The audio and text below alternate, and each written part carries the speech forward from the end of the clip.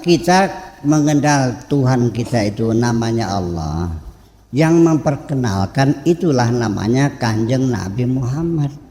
Kalau kita tidak dikasih tahu, mungkin kita namanya the iron, the ocean, ya kan, pohon besar, bintang, dan terlalu banyak manusia menemukan Tuhan yang berbeda-beda.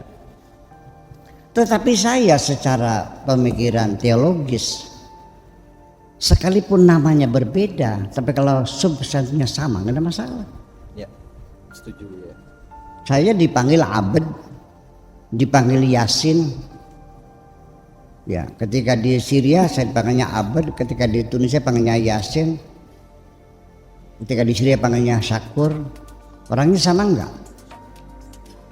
Lah iya, Nabi Muhammad juga namanya banyak kan, Mustafa, Ahmad, Toha, Muhammad, Yasin, kan begitu. Orangnya sama enggak? Sama. Itu. Lalu yang penting adalah dari mana asal kata Allah ini. Orang menduga bahwa Allah itu minal mustaq, alam mustaq.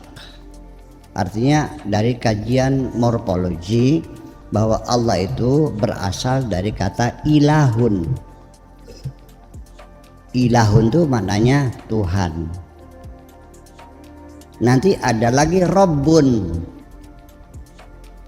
Qul a'udzu birabbin nas, malikin nas, ilahin nas. Rabbun nas, malikun nas, ilahun nas. Nanti masing-masing kata itu punya aturan-aturan yang berbeda. Rabbun itu adalah sebagai pemilik. Ya. Ketika kita memanggil Tuhan, wahai Tuhanku, ya Rabbi, tidak pakai ya mutakallim. Ya Rabbi, enggak ada ya mutakallimnya, betul enggak? Tapi kalau dijamakan ya Rabbana ada nunnya. Kalau Rabbi enggak ada. Kemudian lagi Rabbun itu adalah ketika Rabbun tersendiri itu adalah Tuhan. Tapi kalau diidhafahkan Rabbul Baiti, tuan rumah. Kalau Rabbul Amal itu employer, yang punya pekerjaan. Kalau Arbab dijamakan menjadi dewa-dewa, menjadi tuan-tuan itu. Nah ini kan setiap kata semuanya ada aturan-aturan linguistik. Soalnya kita kan bahasa Arab. Mengucapkan nama Allah saja masih belum ada yang jelas. Ada Allah, ada Allah, ada Allah, Allah. Ya, itu hamzahnya saja nggak dibaca fathah, rata-rata dibaca o. Allah, bukan Allah dong. Allah bukan Allah. Dan bukan Allah, dan juga bukan Allah. Dari bunyi sengaunya saja Allah. Kalau Arab pasti Allahu. Kok jadinya Allah? Kok sengaunya pakai O? Itu kan suara-suara Ibrani. Makanya kita menduga bahwa lafzul jalalah itu, Allah itu bukan bahasa Arab, tapi memang dipinjam dari bahasa Ibrani. Allah. Kan begitu.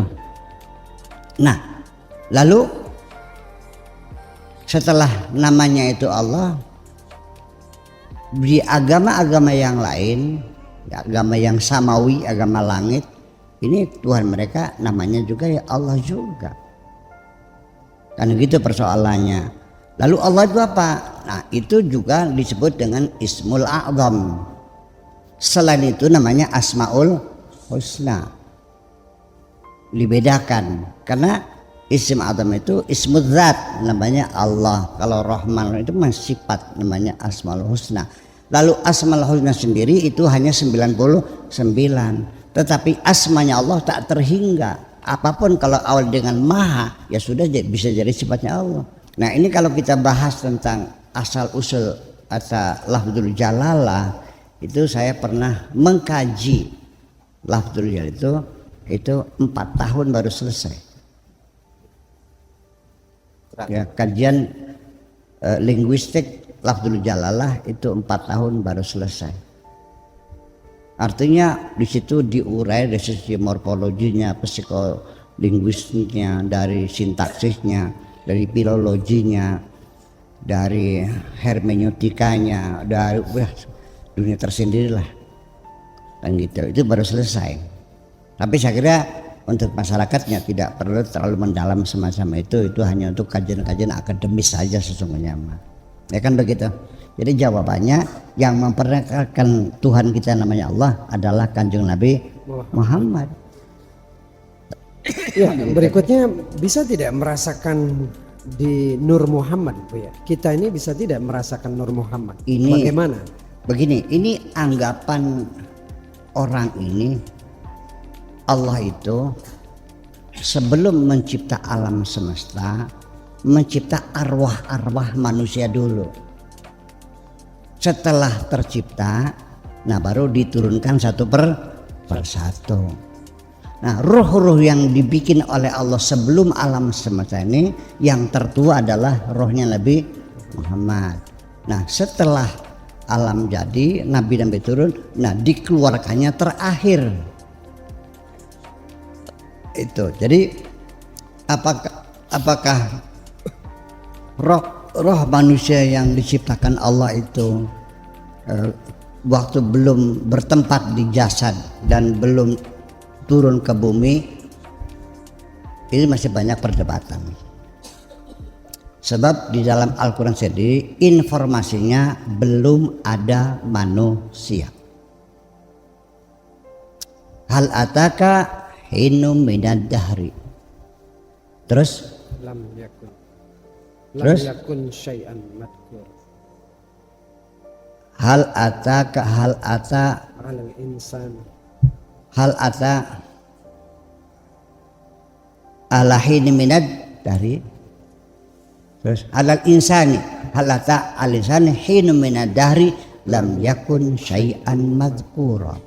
Tahukah engkau pada suatu fase tertentu di mana manusia belum disebut apapun, lam yakun syai'an madhkura, wa ja'alnahu min nutfatin amsyajin, baru kami buat dari air mani yang bercampur itu, ya kan, wa ja'alnahu sami'an basira, baru setelah itu bisa melihat, bisa mendengar. Jadi sebelum Allah menciptakan apapun, ya manusia juga nggak ada. Ada satu fase manusia tidak ada, gitu. Adapun, nah ini kan terbentuk dengan hadis yang mengatakan laulaka ya Muhammad ma khalaqtul aflak. Hadis inilah yang membangun pemikiran bahwa roh-roh itu sudah ada pada zaman dahulu kala.